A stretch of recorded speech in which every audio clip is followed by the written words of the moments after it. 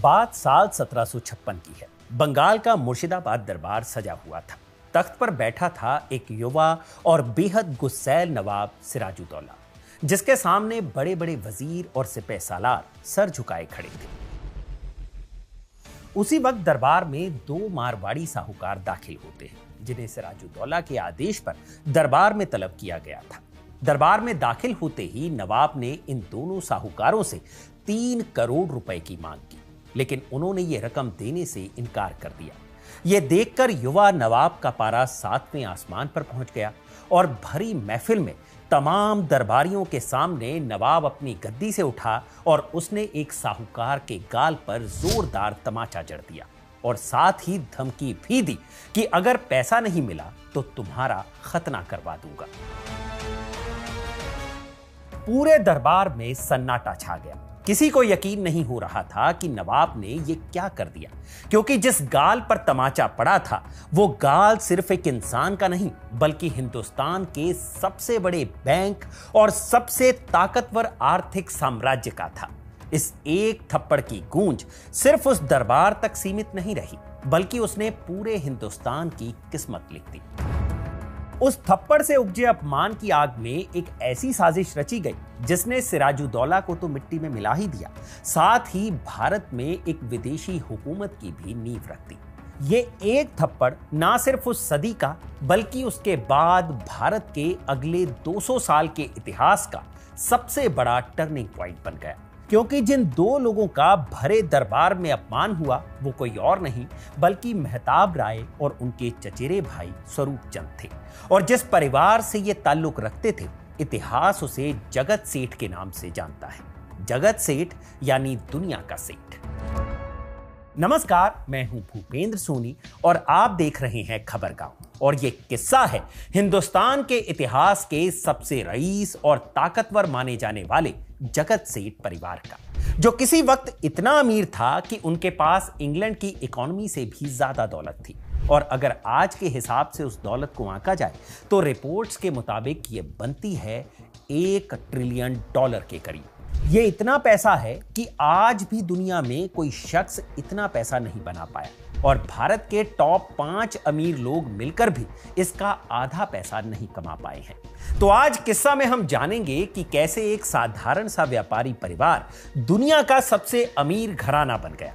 कोई वक्त था जब ब्रिटिश ईस्ट इंडिया कंपनी भी इन सेठों के आगे हाथ फैलाती थी। बताएंगे आपको कि पलासी के युद्ध में जगत सेठ परिवार ने अंग्रेजों के साथ मिलकर सिराजुद्दौला के खिलाफ क्या खौफनाक साजिश रची थी। एक ऐसा परिवार जिसने मुगलों से लेकर अंग्रेजों तक को कर्ज दिया, जिसने कई राजाओं के तख्ता पलट करवा दिए, जिस परिवार ने मुगलों को अपनी उंगलियों पर नचाया, उसके वंशज आज किस हाल में है। तो चलिए तफसील से शुरू करते हैं भारत के इतिहास को पलटने वाले जगत सेठ परिवार के उत्थान और पतन की पूरी कहानी।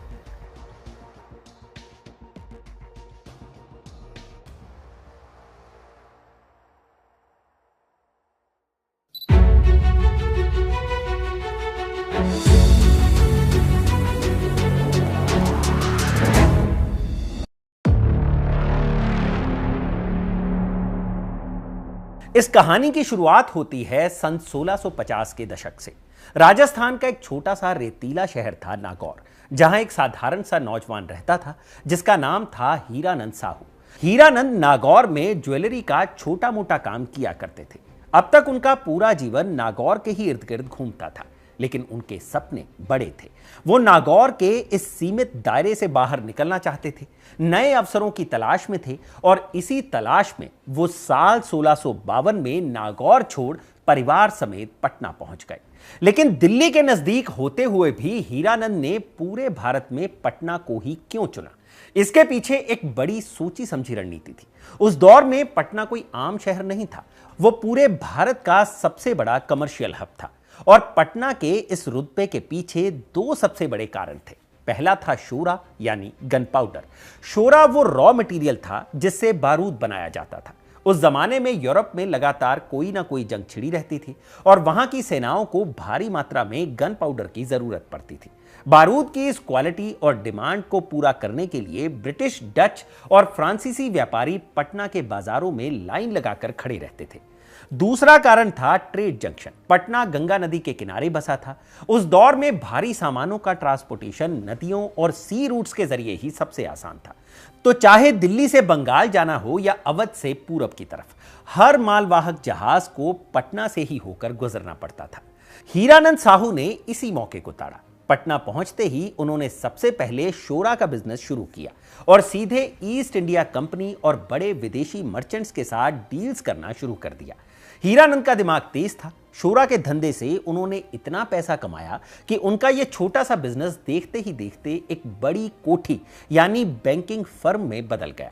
अब हीरानंद सिर्फ माल नहीं बेच रहे थे, वो छोटे मोटे व्यापारियों से लेकर मुगलों और यहां तक कि ईस्ट इंडिया कंपनी के बड़े अफसरों को ब्याज पर पैसा देने लगे और यही बिजनेस उन्हें आगे चलकर इतिहास के सबसे अमीर लोगों की लिस्ट में शुमार करने वाला था। हीरानंद साहू के 7 बेटे हुए। सदानंद, गोवर्धन, रूपचंद, मुलूकचंद, अमीनचंद, धनराज और सबसे बड़े माणिकचंद। इन 7 भाइयों ने भी अपने पिता के बिजनेस को संभालना शुरू किया। उन्होंने नागौर और पटना की सीमाओं से बाहर जाकर अपने इस बैंकिंग नेटवर्क को पूरे भारत में फैला दिया। हुगली, कलकत्ता, बनारस और पूरे उत्तरी भारत में इस घराने की कोठियां खड़ी हो गई। इस पूरे घराने को आगे चलकर सेठ के नाम से जाना जाने लगा। इस नाम के पीछे की कहानी भी हम आपको सुनाएंगे।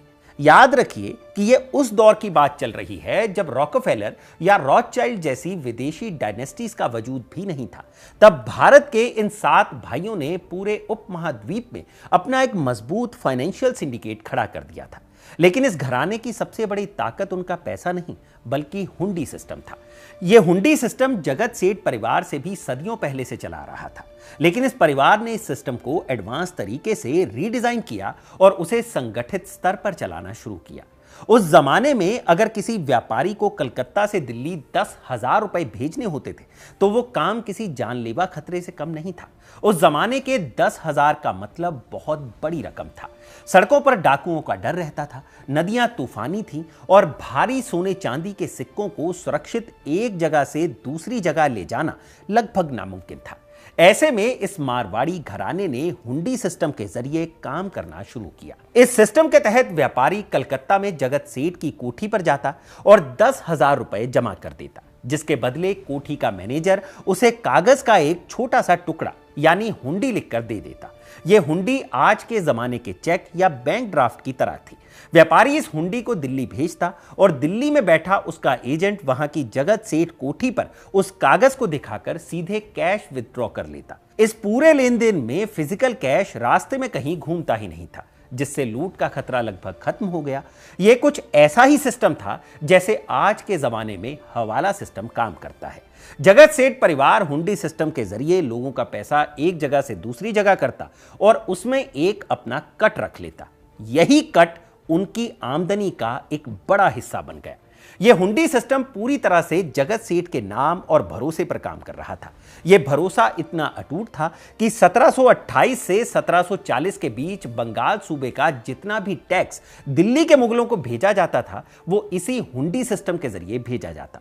सेंट्रल एशिया के तुरानी मर्चेंट से लेकर रशियन और आर्मेनियन ट्रेडर्स तक हर कोई इस हुंडी को सोने की तरह एकदम खरा मानता था और इसी सिस्टम का इस्तेमाल जगत सेठ परिवार ने नवाबों से लेकर औरंगजेब और मुगलिया तख्त के लिए किया। बिजनेस को और ज्यादा बढ़ाने के लिए हीरानंद के सबसे बड़े बेटे माणिकचंद को बंगाल की राजधानी ढाका भेजा गया। ढाका उस वक्त सूती कपड़ों और अफीम के व्यापार का एक बड़ा केंद्र हुआ करता था। ढाका पहुंचकर माणिकचंद ने अपनी नई कोठी शुरू की और वहीं उनकी मुलाकात बंगाल के दीवान मुर्शिद कुली खान से हुई। मुर्शिद कुली खान औरंगजेब का बेहद वफादार और काबिल अफसर था, जिसका काम पूरे बंगाल से लगान वसूलना था। देखते ही देखते माणिकचंद और मुर्शिद कुली खान की यह दोस्ती एक अटूट साझेदारी में बदल गई। दोनों को एक दूसरे की जरूरत भी थी। मुर्शिद को दिल्ली के बादशाह को वक्त पर लगान भेजना होता था और अगर कभी लगान इकट्ठा होने में देरी होती तो माणिक चंद अपनी कोठी से एडवांस में नवाब को लोन दे दिया करते थे। लेकिन मुर्शिद की इस बढ़ती ताकत को देखकर औरंगजेब का पोता और बंगाल का सूबेदार अजीमुशान जलने लगा था। उसने अपनी ताकत का इस्तेमाल कर मुर्शिद का तबादला मकसूदाबाद करवा दिया, जो आगे चलकर इसी मुर्शिद के नाम पर मुर्शिदाबाद कहलाया। लेकिन मुर्शिद वहां अकेले नहीं गए, वो अपने इस भरोसेमंद खजांची माणिकचंद को भी अपने साथ ले गए और यहीं से जगत सेठ के परिवार के सुनहरे दौर की शुरुआत हुई। मुर्शिदाबाद पहुंचते ही माणिकचंद की देखरेख में बंगाल की शाही टकसाल का काम शुरू हुआ। अब पूरे बंगाल का लगान पहले माणिकचंद की कोठी में जमा होता था। बंगाल में जितने भी सिक्के ढाले जाते वो माणिकचंद की इजाजत और देखरेख में ही बनते थे। उस दौर में बंगाल में सैकड़ों तरह के सिक्के चलते थे। जब किसी बाहरी व्यापारी को लगान चुकाना होता तो उसे अपने पुराने सिक्कों को माणिकचंद की टकसाल में ले जाकर नए स्टैंडर्ड सिक्कों में बदलवाना पड़ता था। इस अदला बदली पर भी माणिकचंद अपना कमीशन काटते थे, जिसे बट्टा कहा जाता था। इसी बट्टे के धंधे से इस मारवाड़ी परिवार ने अथाह पैसा कमाया। कहा जाता है कि उस दौर में माणिकचंद की कुल वेल्थ आज के हिसाब से लगभग $1 ट्रिलियन की थी। इतना पैसा पूरे इंग्लैंड के बैंकों के पास भी नहीं था, जितना अकेले इस एक घराने की कोठियों में भरा रहता था। साथ ही अविभाजित बंगाल की ज्यादातर जमीन के मालिक अकेले माणिकचंद थे। उनकी सुरक्षा का आलम यह था कि माणिकचंद के पास सैकड़ों हथियारबंद निजी सैनिकों की एक फौज थी, जो सिर्फ उनके सिक्कों के बोरों, सोने की सिल्लियों और हुंडियों की रखवाली करती थी। जब ये सैनिक खजाना लेकर दिल्ली जाते थे तो सड़कें बंद कर दी जाती थी। एक तरफ औरंगजेब के बाद मुगलों का पतन शुरू हो चुका था, लेकिन दूसरी तरफ मुर्शिद कुली खान और माणिकचंद की ताकत लगातार बढ़ती जा रही थी। 1712 में औरंगजेब के बेटे और मुगल बादशाह बहादुर शाह की मृत्यु हो गई। इसके बाद उनके बेटों और पोतों ने गद्दी के लिए खूनी जंग छेड़ दी। इधर बहादुर शाह के पोते शहजादे फर्रुखसियर ने खुद को बंगाल में सम्राट घोषित कर दिया, लेकिन दिल्ली की गद्दी पर कब्जा करने और विशाल सेना जुटाने के लिए उसके पास पैसा नहीं था। ऐसे में फर्रुखसियर ने बंगाल के तत्कालीन दीवान मुर्शिद कुली खान और सबसे बड़े बैंकर माणिकचंद से मदद मांगी। माणिकचंद ने दिल्ली की सत्ता की जंग लड़ने के लिए फर्रुखसियर को बिना हिचकिचाए एक बहुत बड़ी रकम लोन के तौर पर दी। इस पैसे के दम पर फर्रुखसियर ने सेना तैयार की और 1713 में वो दिल्ली का 10वां मुगल बादशाह बना। फर्रुखसियर ही वो मुगल बादशाह था जिसने ईस्ट इंडिया कंपनी को बंगाल, बिहार और ओडिशा में बिना टैक्स के व्यापार करने की परमिशन दी थी। ईस्ट इंडिया कंपनी के बारे में आगे वीडियो में हम विस्तार से बात करेंगे। अब कहानी पर वापस लौटते हैं। माणिकचंद का रुतबा 7वें आसमान पर था, लेकिन उनकी पर्सनल लाइफ में एक खालीपन था। उनकी कोई अपनी संतान नहीं थी, इसलिए उन्होंने अपनी बहन के बेटे फतेहचंद को गोद ले लिया। साल 1714 में माणिकचंद का देहांत हो गया और उनकी जगह ली उनके दत्तक पुत्र फतेहचंद ने। फतेहचंद अपने चाचा माणिकचंद से भी 2 कदम आगे निकला। उसके बढ़ते प्रभाव और अमीरी को देखते हुए दिल्ली के मुगल बादशाह मोहम्मद शाह रंगीला ने उसे आधिकारिक तौर पर एक नया टाइटल दिया, जगत सेठ। इसका मतलब था दुनिया का सेठ, या कहें दुनिया का बैंकर। बस यहीं से यह घराना जगत सेठ घराने के नाम से अमर हो गया। इसी बीच भारत में ईस्ट इंडिया कंपनी अब मजबूती से अपने पैर जमा रही थी। वही ईस्ट इंडिया कंपनी जो पूरी दुनिया पर धीरे धीरे अपना कब्जा जमाना चाहती थी, लेकिन भारत में पैर जमाने के लिए उसे इस मारवाड़ी सेठ के आगे झुकना पड़ा। 1718 से 1730 के बीच ईस्ट इंडिया कंपनी ने अपनी रोजमर्रा की खरीद, अफसरों की सैलरी और रिश्वतें देने के लिए माणिकचंद से लगभग 4 लाख रुपए का लोन लिया था, वो भी सालाना 9% ब्याज पर। इतना ही नहीं, डच ईस्ट इंडिया कंपनी और फ्रांसीसी भी इसी कोठी के कर्जे के दम पर भारत में अपना व्यापार चला पा रहे थे। फतेहचंद के समय में इस कोठी की ताकत इतनी बढ़ गई थी कि वो नवाबों को अपनी उंगलियों पर नचाने लगे थे। साल 1739 में बंगाल के नवाब शुजाउद्दीन की मौत हो गई और उनका बेटा सरफराज खान बंगाल का नया नवाब बना। लेकिन सरफराज खान थोड़ा घमंडी था। उसने सत्ता में आते ही दरबार के पुराने और रसूखदार लोगों को साइडलाइन करना शुरू कर दिया, जिनमें जगत सेठ फतेहचंद भी शामिल थे। लेकिन फतेहचंद को किनारे करना सरफराज को काफी महंगा पड़ा। साल 1740 में फतेहचंद ने चुपचाप एक बगावत की प्लानिंग की। सेठ ने अलीवर्दी खान के एक बंदे को बंगाल की गद्दी सौंपने का फैसला किया और इस सैन्य तख्ता पलट को पूरी तरह अपने पैसों से फाइनेंस किया। इस बगावत की जंग में सरफराज खान मारा गया और अलीवर्दी खान बंगाल का नया नवाब बन गया। यह फतेहचंद की ताकत थी। वो जब चाहे बंगाल के तख्त पर बैठे नवाब को बदल सकता था। खैर, साल 1744 में फतेहचंद की मौत हो गई। चूंकि उनके बड़े बेटे का पहले ही देहांत हो चुका था, इसलिए उनका पोता मेहताब राय अगला जगत सेठ बना। मेहताब राय के साथ उनके चचेरे भाई स्वरूप चंद को भी मुगलों द्वारा महाराजा की उपाधि दी गई थी। इन दोनों भाइयों की कोठी में इतना पैसा बहता था कि लोग कहते थे कि ये अपनी दौलत से गंगा की धारा को भी मोड़ सकते हैं। अलीवर्दी खान जब तक नवाब रहे, उन्होंने जगत सेठ की इस ताकत का हमेशा सम्मान किया और उनके काम में कभी टांग नहीं अड़ाई। लेकिन साल 1756 में अलीवर्दी खान की मौत हो गई और बंगाल का नया नवाब बना उनका 23 साल का नाती सिराजुद्दौला। सिराजुद्दौला का मिजाज बहुत गुस्सैल, अड़ियल और तुनक मिजाज था। उसे अपने नाना अलीवर्दी खान की तरह कूटनीति की समझ नहीं थी। नवाब बनते ही सिराजुद्दौला ने दरबार के पुराने लोगों को अपमानित करना शुरू कर दिया। उसने अपनी मौसी घसेटी बेगम का खजाना सीज कर दिया और सेनापति मीर जाफर को साइडलाइन कर दिया। सिराजुद्दौला को हमेशा से जगत सेठ घराने से जलन होती थी कि ये मारवाड़ी बैंकर उनके नवाब होने के बावजूद उससे ज्यादा अमीर और सम्मानित क्यों है। एक दिन सिराजुद्दौला को अपनी जंग के लिए बड़ी रकम की जरूरत पड़ी। उसने मेहताब राय और स्वरूप चंद को भरे दरबार में पेश होने का हुक्म दिया और सीधे 3 करोड़ रुपए की मांग कर दी। मेहताब राय ने सिराजुद्दौला के इस रुथलेस बिहेवियर को देखते हुए पैसे देने से इनकार कर दिया। यह सुनते ही सिराजुद्दौला की भौहें चढ़ गई। सिराजुद्दौला के चचेरे भाई गुलाम हुसैन खान ने इस वाकये का जिक्र करते हुए लिखा है कि नवाब अपनी गद्दी से उठा और भरे दरबार में सबके सामने जगत सेठ मेहताब राय को एक जोरदार थप्पड़ जड़ दिया।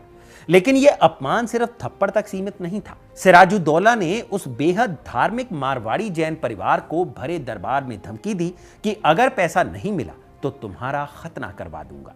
यह जगत सेठ के लिए उस थप्पड़ से भी गहरा जख्म था। उनका स्वाभिमान लहूलुहान हो चुका था।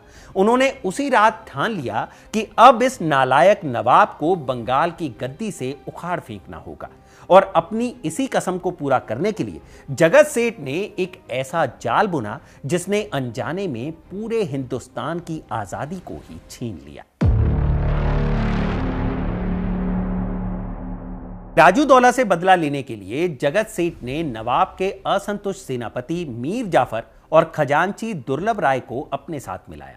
लेकिन उसे एक ऐसी मजबूत फौजी ताकत की तलाश थी जो जंग के मैदान में सिराजुद्दौला का मुकाबला कर सके। और उनकी यह तलाश पूरी हुई ईस्ट इंडिया कंपनी के चालाक और धूर्त अफसर रॉबर्ट क्लाइव पर। जगत सेठ ने रॉबर्ट क्लाइव के साथ मिलकर एक सीक्रेट एग्रीमेंट साइन किया। इस साजिश को पूरा करने और जंग के सारे खर्चों को उठाने के लिए जगत सेठ ने ईस्ट इंडिया कंपनी को पहले थोड़े फंड्स दिए। साथ ही यह भी गारंटी दी कि जब मीर जाफर नवाब बनेगा तो कंपनी और उसके अफसरों को एक बहुत बड़ी रकम दी जाएगी, जो आज के हिसाब से अरबों में बैठती है। यह जगत सेठ का नाम ही था, जिसकी वजह से क्लाइव को यकीन था कि अगर वो ये लड़ाई जीतता है तो उसको पैसा जरूर मिलेगा। जगत सेठ ने कंपनी की फौज के मूवमेंट के लिए पैसा दिया, दूसरे दरबारियों को खरीदने के लिए भी पैसा दिया।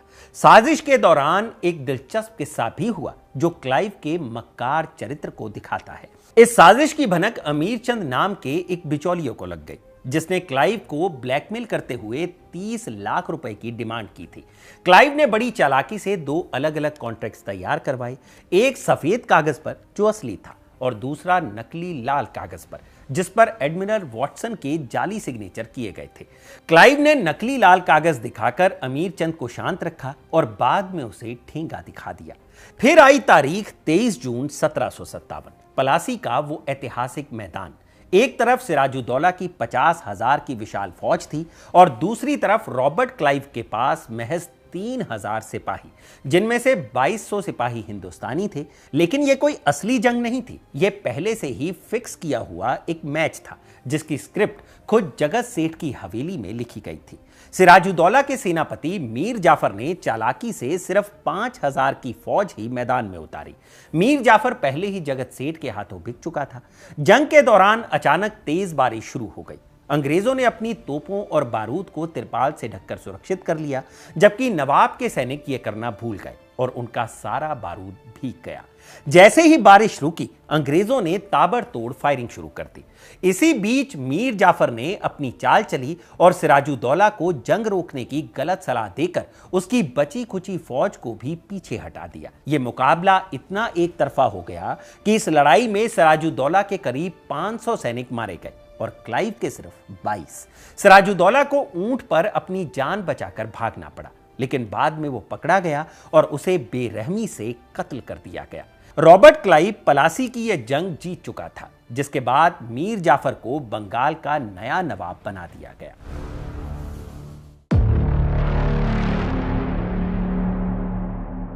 जंग के तुरंत बाद मुर्शिदाबाद में जगत सेठ की शानदार हवेली में ही कई दिनों तक मीटिंग्स हुई और मीर जाफर की ताजपोशी की गई। नवाब बनते ही अंग्रेजों ने मीर जाफर को लूटना शुरू कर दिया। मीर जाफर ने रॉबर्ट क्लाइव और कंपनी को उपहारों और हर्जाने के नाम पर इतना पैसा दिया कि मुर्शिदाबाद का शाही खजाना ऑलमोस्ट खाली हो गया। लेकिन सबसे बड़ा झटका जगत सेठ को तब लगा जब मीर जाफर ने अंग्रेजों को कलकत्ता में अपनी खुद की टकसाल खोलने और सिक्के ढालने का अधिकार दे दिया। अभी तक सिक्कों की ढलाई और बट्टे के जिस धंधे पर जगत सेठ का एक छत्र राज था, उसमें अब अंग्रेज सीधे तौर पर घुस चुके थे। अब ईस्ट इंडिया कंपनी को भारत में व्यापार के लिए या अपनी फौजें चलाने के लिए जगत सेठ से कर्जा लेने की कोई जरूरत नहीं थी। अब वो सीधे बंगाल के किसानों और जमींदारों से लगान वसूलने लगे थे। कंपनी के अफसरों ने दस्तक यानी टैक्स फ्री ट्रेड पास का खुलेआम दुरुपयोग करके अपना निजी बिजनेस शुरू कर दिया, जिससे लोकल मारवाड़ी व्यापारियों का धंधा चौपट हो गया। जगत सेठ ने बंगाल का नवाब बदलने के लिए जिस ब्रिटिश कुत्ते को पाला था, वो अब अपने ही मालिक को काटने लगा था। फिर साल 1760 में जब मीर जाफर पूरी तरह से कंगाल हो गया और अंग्रेजों की डिमांड्स पूरी नहीं कर पाया, तो अंग्रेजों ने उसे हटाकर उसके दामाद मीर कासिम को नया नवाब बना दिया। लेकिन मीर कासिम बड़ा चालाक और स्वाभिमानी शासक निकला। उसने अंग्रेजों की इस खुली लूट को रोकने के लिए अपनी राजधानी को मुर्शिदाबाद से हटाकर बिहार के मुंगेर में शिफ्ट कर दिया और साथ ही एक और मास्टर स्ट्रोक भी खेला। उसने ईस्ट इंडिया कंपनी के ट्रेड प्रिविलेजेस को खत्म करने के लिए बंगाल के सभी हिंदुस्तानी व्यापारियों का टैक्स पूरी तरह से माफ कर दिया, जिससे अंग्रेज और हिंदुस्तानी मर्चेंट एक ही लेवल पर आ गए।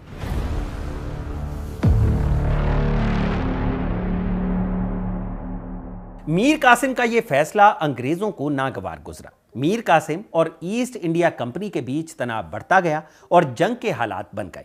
इसी बीच मीर कासिम के हाथ पटना में कंपनी के कुछ सीक्रेट पेपर्स लगे, जिनमें जगत सेठ मेहताब राय का एक खत भी शामिल था। उस खत में मेहताब राय ने अंग्रेजों को मीर कासिम पर हमला करने के लिए उकसाया था और इस जंग का पूरा खर्च उठाने की पेशकश भी की थी।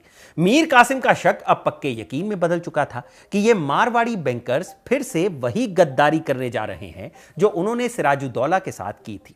साल 1763 में मीर कासिम ने जगत सेठ मेहताब राय और उनके चचेरे भाई स्वरूप चंद को किसी जरूरी काम के बहाने मुंगेर बुलाया और वहीं उन्हें किले में कैद कर दिया।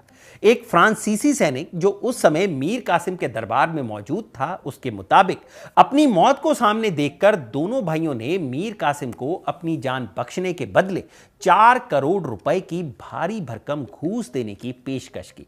लेकिन मीर कासिम का गुस्सा अब किसी दौलत से शांत होने वाला नहीं था।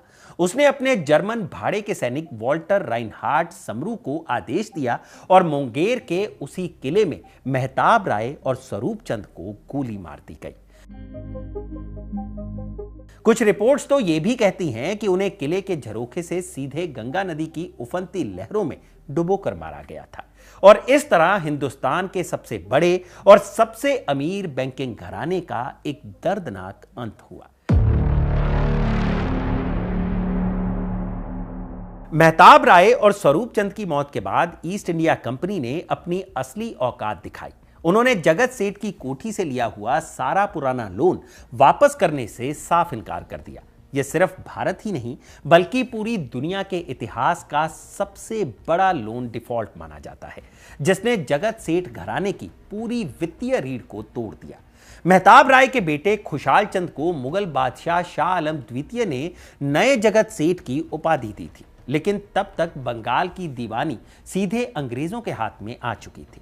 खुशाल चंद अब सिर्फ नाम के खजांची रह गए थे। अंग्रेजों ने नए नए टैक्स और जमीन के कानून जैसे परमानेंट सेटलमेंट लागू करके इस मारवाड़ी परिवार की बची कुची जागीरें और संपत्ति भी धीरे धीरे हड़प ली। खुशाल चंद के बाद हरक चंद, इंद्र चंद और अंत में गोविंद चंद इस घराने के वारिस बने, जो घराना कभी मुगलों, नवाबों और खुद ईस्ट इंडिया कंपनी को अपनी तिजोरियों से करोड़ों का लोन बांटा करता था।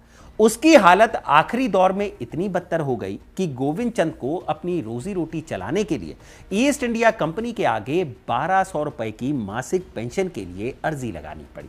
कंपनी ने कुछ वक्त तक यह पेंशन दी भी, लेकिन बाद में इसे भी पूरी तरह से बंद कर दिया गया, जबकि यही वो घराना था जिसने भारत में ईस्ट इंडिया कंपनी को पैर पसारने के लिए पैसा और जगह दोनों दी थी, जो आगे चलकर पूरे देश पर राज करने लगी।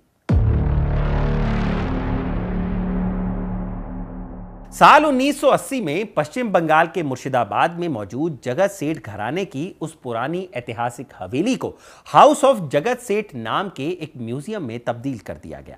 आज भी इस हवेली में वो गुप्त सुरंगें और अंडरग्राउंड बंकर मौजूद हैं, जहां कभी दुनिया के सबसे बड़े फाइनेंशियल ट्रांजैक्शंस हुआ करते थे, जहां सोने और चांदी की सिल्लियां मलबे की तरह पड़ी रहती थी। आज भी मुर्शिदाबाद की धूल भरी गलियों में इस घराने के कुछ वंशज बेहद गुमनामी की हालत में रहते हैं, लेकिन उनकी इस अथाह दौलत और रुतबे का अब कोई निशान नहीं बचा है। जगत सेठ घराने की यह कहानी हमें बताती है कि इतिहास में चाहे आप कितने भी रईस और रसूखदार क्यों ना हो जाएं, लेकिन जब आप अपनी निजी संपत्ति को सुरक्षित रखने के लिए अपने ही देश के स्वाभिमान का सौदा करने लगते हैं, तो आखिर में आपकी तिजोरी भी नहीं बचती और ना ही आपका वजूद बचता है। जगत सेठ ने जिस कुत्ते को पालकर अपना मोहरा बनाना चाहा था, उसी कुत्ते ने अंततः पूरे हिंदुस्तान को अपना गुलाम बना लिया। तो यह थी जगत सेठ घराने की पूरी कहानी। जाते जाते एक सवाल आपके लिए छोड़े जाते हैं कि क्या आपको लगता है कि अगर मेहताब राय ने उस दिन रॉबर्ट क्लाइव को फंड ना किया होता तो आज भारत का इतिहास कुछ और होता? अपनी राय हमें कमेंट बॉक्स में जरूर बताइएगा। यह किस्सा लिखा था मेरे साथी रोहित घोरपड़े ने और इसे कैमरा के पीछे रिकॉर्ड किया है मेरे साथी इरशाद ने। बाकी इस पूरे एपिसोड को बनाने में मेरे और कई साथियों का योगदान रहता है, तो उनके नाम भी आप स्क्रीन पर देख सकते हैं। एपिसोड अच्छा लगा हो तो इसे लाइक और शेयर जरूर करें।